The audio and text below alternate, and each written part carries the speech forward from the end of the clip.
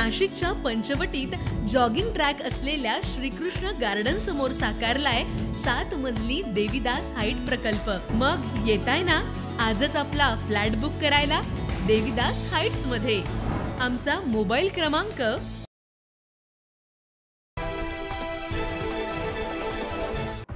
नाशिक शहरात खळबळजनक प्रकार उघड। पोलीस असल्याचं सोंग घेत पोलीस युनिफॉर्म मध्ये फिरणाऱ्या एका फसवेखोराला अखेर गुन्हे शाखेच्या युनिट 2 ने साळुंखे नगर परिसरातून ताब्यात घेतलंय।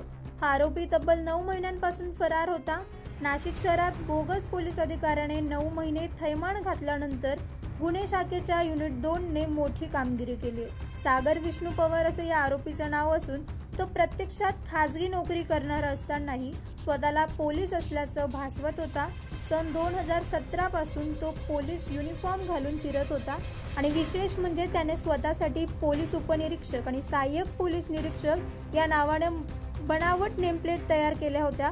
इतकंच नाही तर युनिफॉर्म मधील स्वतःचे फोटो सोशल मीडियावर पोस्ट करत सरकारी कार्यालयांमध्ये स्वतःला अधिकारी म्हणून लोकांकडून धमकी आणि फसवणूक करत आर्थिक फसवणूक केल्याचंही निष्पन्न झालंय। फिर्यादीला त्याच्या या बनावाचा संशय आल्यावर विरोध केल्यानंतर आरोपीने धमकावणं, मारहाण आणि जीवे मारण्याची धमकी दिली होती। या प्रकरणी अंबड पोलीस ठाण्यात आरोपी विरुद्ध गुन्हा दाखल करण्यात आला होता, मात्र तो तब्बल 9 महिन्यांपासून फरार होता। गुन्हे शाखेच्या युनिट 2 च्या पथकाने गुप्त माहितीच्या आधारे साळुंखे नगर परिसरात सापळा रचून त्याला पकडलं। पोलीस पाहताच आरोपीनं पळ काढला, मात्र त्याचा पाठलाग करून त्याला ताब्यात घेण्यात आलाय। चौकशीत त्याने गुन्हा कबूल केलाय।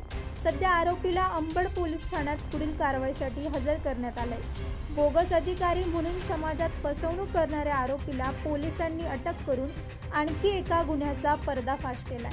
9 न्यूज महाराष्ट्र ब्युरो, नाशिक।